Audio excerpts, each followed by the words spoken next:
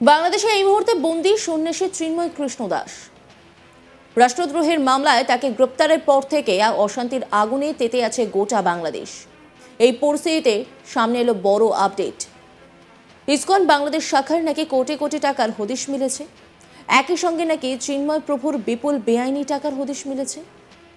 বাংলাদেশের জনপ্রিয় সংবাদ মাধ্যম দাবি করেছে international society for Krishna consciousness বা ইসকন ও চিন্ময় দাসের 203টি ব্যাংক হিসাবে প্রায় 240 কোটি টাকার সন্ধান পেয়েছে আর্থিক গোয়েন্দা unit Bangladesh financial intelligence unit বা BFIU, যার মধ্যে ইসকনের নামে 202টি অ্যাকাউন্টে 236 কোটি 42 লক্ষ টাকা জমা দেওয়া হয়েছিল।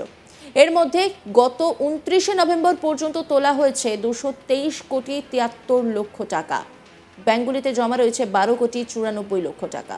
পাশাপাশি চিন্ময় কৃষ্ণপ্রভুর নামে 3 কোটি 92 লক্ষ টাকা জমা হয়েছিল, যার প্রায় পুরোটাই তোলা করা হয়েছে। ইসকনের ব্যাংক হিসাবের তথ্য চেয়ে এর আগে BFIU থেকে বিভিন্ন ব্যাংক ও আর্থিক প্রতিষ্ঠানে চিঠি দেওয়া হয়েছিল। তারপর এই হিসাব সামনে এসেছে। এত টাকা কারা জমা দিয়েছে, কি তাদের আয়ের উৎস, কোন কোন কাজে সেই টাকা খরচ করা হয়েছে, সেই নিয়ে তদন্ত শুরু হয়েছে। যাদের ব্যাংক হিসাবে লেনদেন স্থগিত করা হয়েছে তারা হলেন চিন্ময় কৃষ্ণ দাস, কার্তিক চন্দ্র দেব, অনিক পাল, সরোজ রায়, সুশান্ত দাস, বিশ্বকুমার সিংহ, চণ্ডীদাস বালা, জয়দেব কর্মকার, লিপি রানী কর্মকার, সুধামা গৌর দাস, লক্ষণকান্তি দাস, প্রিয়তোষ দাস, রূপন দাস, রূপন কুমার ধর, আশিস পুরোহিত, জগদীশ চন্দ্র অধিকারী ও সজল দাস।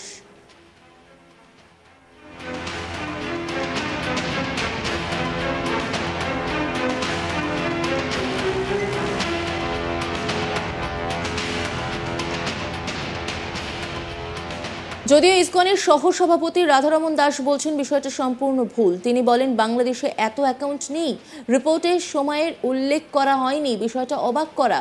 ইসকনের অ্যাকাউন্ট আলাদা আর ভক্তের অ্যাকাউন্ট আলাদা। রাধারমন দাস তিনি কি বলেছেন শোনাব আপনাদের।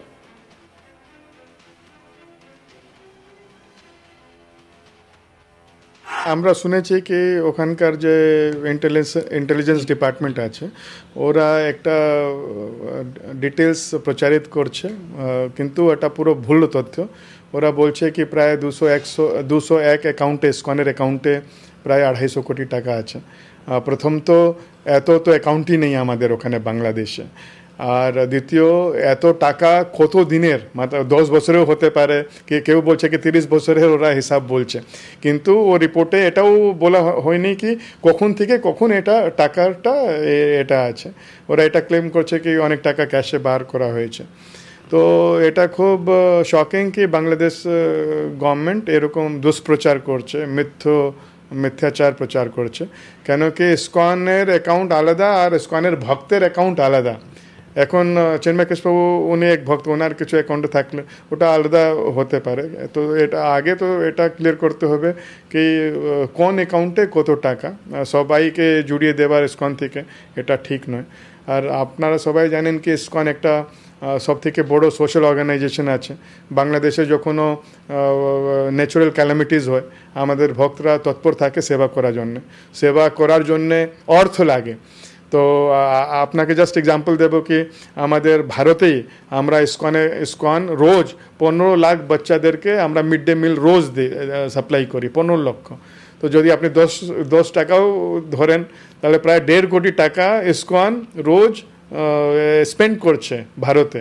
তো 1.5 কোটি ইন্টু 365 দিন কত হয়, কত 100 কোটি টাকা হয়ে যাবে। তো 250 কোটি টাকা ওরা বলছে। তো কিন্তু প্রথম আমরা যত জানি কি এত টাকা হবে না, কেন কি বাংলাদেশের যে অর্গানাইজেশন আমাদের ছোট আছে আর যত ইসকন অ্যাকাউন্টে আছে এত টাকা নেই, অনেক কম টাকা ছিল। তো এইরকম দুষ্প্রচারটা করা এটা ঠিক নয় বাংলাদেশের গভর্নমেন্ট পক্ষে। প্রসঙ্গত গত 25 অক্টোবর চট্টগ্রামে সমাবেশ করেছিল বাংলাদেশ সনাতন জাগরণ মঞ্চ। সেই সমাবেশে ভাষণ দিয়েছিলেন চিন্ময় কৃষ্ণ দাসও। সেই সমাবেশেই নাকি তিনি বাংলাদেশের জাতীয় পতাকার অবমাননা করেছিলেন। এই অভিযোগে চট্টগ্রামে একটি রাষ্ট্রদ্রোহের মামলা করেন বিএনপি নেতা ফিরোজ খান। গত 31 অক্টোবর চিন্ময় দাস সহ 19 জনের বিরুদ্ধে মামলা দায়ের করেন সেই নেতা। সেই মামলার পরিপ্রেক্ষিতেই গত 25শে নভেম্বর ঢাকার শাহজালাল আন্তর্জাতিক বিমানবন্দর থেকে চিন্ময় কৃষ্ণ প্রভুকে গ্রেপ্তার করে ঢাকা পুলিশের গোয়েন্দা শাখা। এরপর তাকে চট্টগ্রামে নিয়ে যাওয়া হয়। এদিকে 26শে নভেম্বর চট্টগ্রামের আদালতে বাইরে হিন্দু সম্প্রদায়ের অনেকে জড়ো হয়েছিলেন চিন্ময় প্রভুর গ্রেপ্তারের প্রতিবাদ জানাতে। সেই জনতার উপর নির্বিচারে পুলিশ লাঠিচার্জ করেছে বলে অভিযোগ উঠেছিল। তারপর থেকে অশান্ত হয়ে রয়েছে বাংলাদেশের পরিস্থিতি। দিকে দিকে চলছে এর বিরুদ্ধে প্রতিবাদ আন্দোলনও।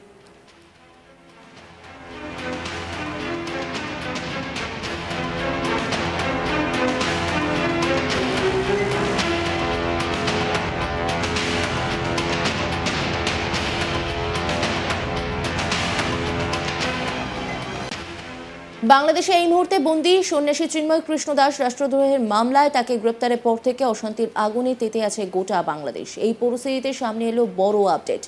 ইসকন বাংলাদেশ শাখার নাকি কোটি কোটি টাকার হদিশ মিলেছে। একই সঙ্গে নাকি চিন্ময় প্রভুর বিপুল বেআইনি টাকার হদিশ মিলেছে। বাংলাদেশের জনপ্রিয় সংবাদ মাধ্যম দাবি করেছে international society for Krishna consciousness বা ইসকন ও চিন্ময় দাসের 203টি ব্যাংক হিসাবে প্রায় 240 কোটি টাকার সন্ধান পেয়েছে আর্থিক গোয়েন্দা unit Bangladesh financial intelligence unit বা BFIU, যার মধ্যে ইসকনের নামে 202টি অ্যাকাউন্ট 236 কোটি 42 লক্ষ টাকা জমা দেওয়া হয়েছিল। এর মধ্যে গত 29শে নভেম্বর পর্যন্ত তোলা হয়েছে 223 কোটি 73 লক্ষ টাকা। ব্যাংকগুলোতে জমা রয়েছে 12 কোটি 94 লক্ষ টাকা। পাশাপাশি চিন্ময় দাসের নামে 3 কোটি 92 লক্ষ টাকা জমা হয়েছিল, যার প্রায় পুরোটাই তোলা হয়েছে। ইসকনের ব্যাংক হিসেবে তথ্য চেয়ে এর আগে BFIU থেকে বিভিন্ন ব্যাংক ও আর্থিক প্রতিষ্ঠানে চিঠি দেওয়া হয়েছিল। তারপর এই হিসাব সামনে এসেছে। এত টাকা কারা জমা দিয়েছে, কি তাদের আয়ের উৎস, কোন কোন কাজে এই টাকা খরচ হয়েছে সেই নিয়ে তদন্ত শুরু হয়েছে। যাদের ব্যাংক হিসেবে লেনদেন স্থগিত করা হয়েছে তারা হলেন চিন্ময় কৃষ্ণ দাস, কার্তিক চন্দ্র দে, অনিক পাল, সরোজ রায়, সুশান্ত দাস, বিশ্বকুমার সিংহ, চণ্ডীদাস বালা, জয়দেব কর্মকার, লিপি রানী কর্মকার, সুধামা গৌর দাস, লক্ষণকান্তি দাস, প্রিয়তোষ দাস, রূপন দাস, রূপন কুমার ধর, আশিস পুরোহিত, জগদীশ চন্দ্র অধিকারী ও সজল দাস। যদিও ইসকনের সহসভাপতি রাধারমন দাস বলছেন বিষয়টা সম্পূর্ণ ভুল। তিনি বলেন বাংলাদেশে এত অ্যাকাউন্ট নেই, রিপোর্টের সময় উল্লেখ করা হয়নি। বিষয়টা অবাক করা। ইসকনের অ্যাকাউন্ট আলাদা আর ভক্তের অ্যাকাউন্ট আলাদা, তিনি স্পষ্ট এই দাবি করেছেন। আর তারপর থেকেই কিন্তু একের পর এক প্রশ্ন উঠতে শুরু করেছে। প্রসঙ্গত গত 25শে অক্টোবর চট্টগ্রাম সমাবেশ করেছিল বাংলাদেশ সনাতন জাগরণ মঞ্চ। সেই সমাবেশে ভাষণ দিয়েছিলেন চিন্ময় কৃষ্ণ দাসও। সেই সমাবেশেই নাকি তিনি বাংলাদেশের জাতীয় পতাকার অবমাননা করেছিলেন। এই অভিযোগেই চট্টগ্রামে একটি রাষ্ট্রদ্রোহের মামলা করেন বিএনপি নেতা ফিরোজ খান।